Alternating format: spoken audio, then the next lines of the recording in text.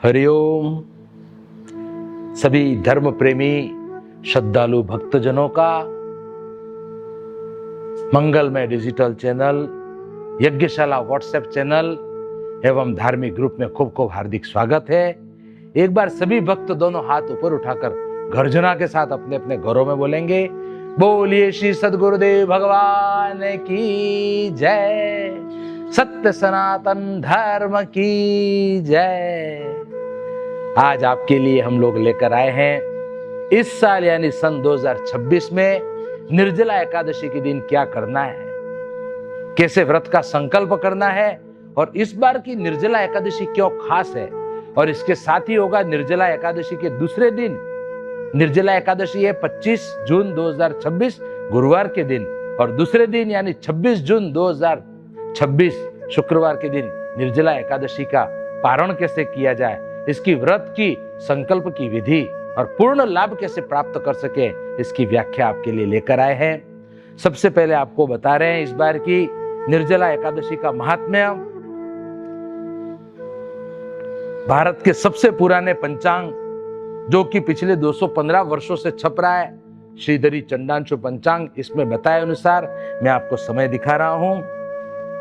इस बार यानी सन 2026 में 25 जून 2026 गुरुवार के दिन निर्जला एकादशी है और इस बार की एकादशी की खास बात यह है कि इस बार स्वाति नक्षत्र पड़ रहा है। 27 जो नक्षत्र बताए इसमें स्वाति नक्षत्र एकमात्र ऐसा है जो सभी नक्षत्रों में सबसे ज्यादा कीमती है। शास्त्रों में बताया है स्वाति नक्षत्र की पानी की एक बूंद सीप में गिरती है तो अनमोल मोती बन जाती है। स्वाति नक्षत्र की एक बूंद केले के वृक्ष के थड़ में गिरती है, वो कीमती कपूर बन जाती है जो पुराने जमाने में उपयोग किया जाता। और स्वाति नक्षत्र की एक बूंद जब चातक पक्षी के मुंह में गिरती है तो उसके लिए जीवन बन जाती है। ऐसा स्वाति नक्षत्र इस बार निर्जला एकादशी के दिन बन रहा है। स्वाति नक्षत्र से युक्त ये निर्जला एकादशी बहुत ही ज्यादा लाभ पहुंचाने वाली, भगवत चरणों में भक्ति बढ़ाने वाली है। इस बार ये निर्जला एकादशी आप सब अवश्य करें। अगर सामर्थ्य है शरीर में तो इस निर्जला एकादशी का व्रत निर्जल कर सकते हैं बिना अन्न जल लिए, अन्यथा जैसा जैसा आपके शरीर का सामर्थ्य है उसके हिसाब से देख लेना। अब मैं बता रहा हूं आपको कि निर्जला एकादशी के दिन व्रत का संकल्प कैसे करना है। सुबह सुबह उठकर स्नान आदि करके भगवान गुरुदेव को, भगवान गणपति, भगवान विष्णु आदि का स्मरण करके उन सबको मनी मन नमस्कार करके फिर एकादशी के दिन हाथ में जल लें, अक्षत यानी कच्चे चावल लें, थोड़े से तिल ले लें, काले सफेद जो भी मिले, फूल ले लें, थोड़े से साबुत फूल मिले, हाथ में लेकर संकल्प करना है भगवान का स्मरण करते हुए, ओम विष्णुर विष्णुर विष्णुर श्रीमद् भगवतो महापुरुषस्य विष्णुराज्ञा प्रवर्तमानस्य अद्य ब्रह्मणे द्वितीय परार्धे श्री श्वेत वराह कल्पे वैवस्वत मन्वंतरे अष्टाविंशतितमे कलियुगे कलि प्रथम चरणे भारत देशे भारतवर्षे भरतखंडे। अब जिस जिस क्षेत्र में आप रहते हो उस क्षेत्र का नाम लेना।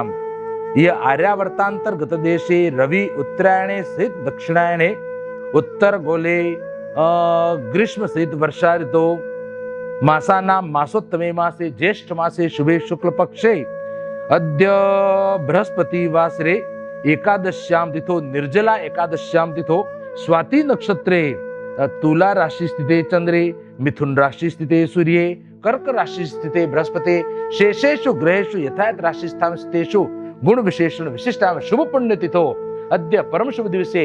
यह शुभ पुण्य में निर्जला एकादशी व्रतम। और किस लिए कर रहे हैं बोलो, मम सपरिवार सहित सर्व प्रकारेण भगवत चरण प्रति सद्गुरु चरणम प्रति पूर्ण प्रेमा भक्ति प्राप्त्यर्थम यह जन्मे ही आत्म साक्षात्कार रूपी परम कल्याण सिद्ध्यर्थम च। और भी कोई मनोकामना तो मन में प्रार्थना कर लेना, घर में धन लक्ष्मी आदि की भी वृद्धि हो। मम ग्रहे सर्व आपत शांति पूर्वक सर्व प्रकार धन धान्य लक्ष्मी इत्यादि वृद्ध्यर्थम सुख शांति वृद्ध्यर्थम समस्त मनोकामना सिद्ध्यर्थम भगवत प्रीति प्राप्त्यर्थम यह शुभ पुण्य में निर्जला एकादशी व्रत कार्य हम करिष्ये, ऐसा बोल के और फिर मंत्र मैंने बोल दिया, आप नहीं बोलो अलग से तो भी चलेगा, आप सुन लेना। फिर हाथ के जो जल फूल अक्षत तिल आदि लिए वो जमीन के ऊपर या तो एक अलग से प्लेट में थाली में रख देना जो बाद में पवित्र वृक्ष में चढ़ा देना। फिर हाथ में एक आचमनी जल लेंगे और बिल्कुल संक्षिप्त में मैं मंत्र बोल रहा हूं, आप प्रेम पूर्वक सुनेंगे।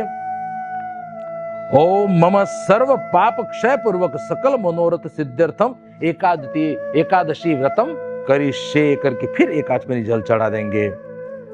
इसके बाद क्या करना है,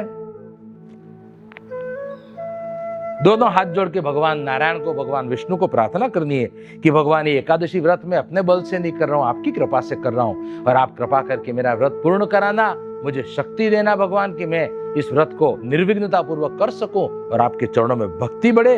फिर भगवान को प्रार्थना करना है, मंत्र में बोल रहा हूं, ओम एकादश्याम निराहार स्थित्वा हनि परे अहम भोक्ष्यामि पुंडरीकाक्ष शरणम में भवाच्युत। हे भगवान, मैं आपकी शरण हूं और निर्विघ्नता पूर्वक मैं अपना व्रत कर सकूं, प्रार्थना करके दोनों हाथ जोड़ के प्रणाम कर लेंगे भगवान को। हो सके पूरा दिन गुरु मंत्र का, भगवान नाम आदि का जप कर सकते हैं, भगवान के नामों का कीर्तन कर सकते हैं, और रात्रि जागरण भी अगर कर सके तो सबसे बढ़िया। ये हुआ निर्जला एकादशी के व्रत का बिल्कुल संक्षेप में विधि। उस दिन अगर कर सको घर में तो गंध, पुष्प, अक्षत, धूप, दीप, नैवेद्य आदि से भगवान की पूजा भी कर सकते हैं, अपने सदगुरु की, अपने भगवान की पूजा कर सकते हैं घर बैठे ही। ये एकादशी के व्रत के विधान हुआ। अब दूसरे दिन का मैं आपको बता रहा हूं। 26 जून 2026 शुक्रवार के दिन द्वादशी तिथि है और शाम को त्रयोदशी भी चालू हो जाएगी। एकादशी के दूसरे दिन यानी द्वादशी तिथि में कैसे पारणा करना है वो आपको बता रहा हूं मैं। पारणा का नियम है कि द्वादशी तिथि में ही पारणा कर लेना चाहिए, वो सबसे ज्यादा अच्छा होता है। किसी कारणवश नहीं कर सके तो अलग बात है, लेकिन एकादशी अगर व्रत किया तो द्वादशी तिथि के अंदर पारणा कर लेना चाहिए, लेकिन हरिवासर छोड़ देना होता है।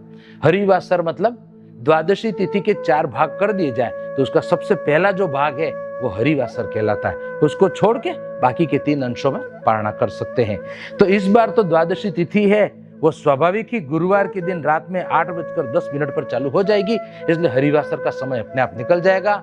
इसलिए आप शुक्रवार 26 जून 2026 शुक्रवार के दिन सुबह 5:51 से लेकर 10:30 बजे तक, फिर एक बार सुन लेना, 26 जून 2026 शुक्रवार के दिन सुबह 5:51 मतलब समझो 6 बजे से लेकर और 10:30 बजे तक के बीच में व्रत का पारणा कर लेना है। व्रत का पारणा कैसे करना है, भगवान गुरुदेव, भगवान विष्णु आदि को गंध, अक्षत, पुष्प आदि से पूजा कर सकते हैं। दोनों हाथ जोड़ के भगवान को प्रार्थना करें। फिर जो एकादशी को मंत्र बोला वही फिर पारणा में भी भगवान की प्रार्थना का मंत्र बोला जाता है।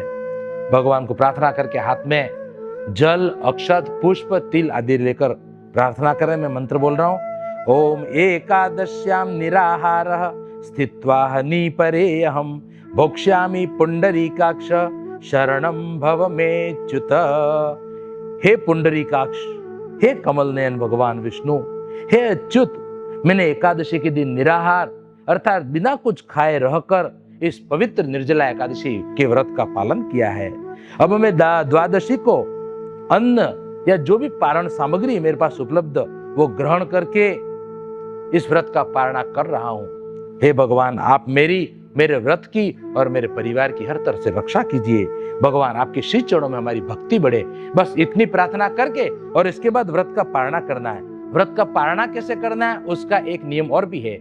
एक तो क्या करना है, भगवान को भोग लगाने के लिए शुद्ध अगर गंगा जल हो तो ठीक है, नहीं तो कोई भी शुद्ध जल लें, उसमें थोड़े तुलसी के पत्ते डाल दें। या प्रश्न हो सकता है कि द्वादशी तिथि के दिन तो तुलसी पत्ते तोड़ना वर्जित है, तो तुलसी के पत्ते 7 दिनों तक बासी नहीं माने जाते, यानी एकादशी भी चालू हो उससे पहले भी, या तुलसी के पत्ते अपने आप टूटकर अगर जमीन पर गिर गए तो भी वो अशुद्ध नहीं माने जाते हैं। अपने आप टूटकर गिरे मिल जाए तो भी, या पहले से 2 दिन पहले से तोड़े हुए तुलसी के पत्ते हों तो भी उनको धोकर लाकर स्वच्छ जल में डाल दें और वो जल भगवान को भोग लगाकर सबसे पहले तो तुलसी मिश्रित उस जल का आचमनी से पान करना, 3 आचमनी।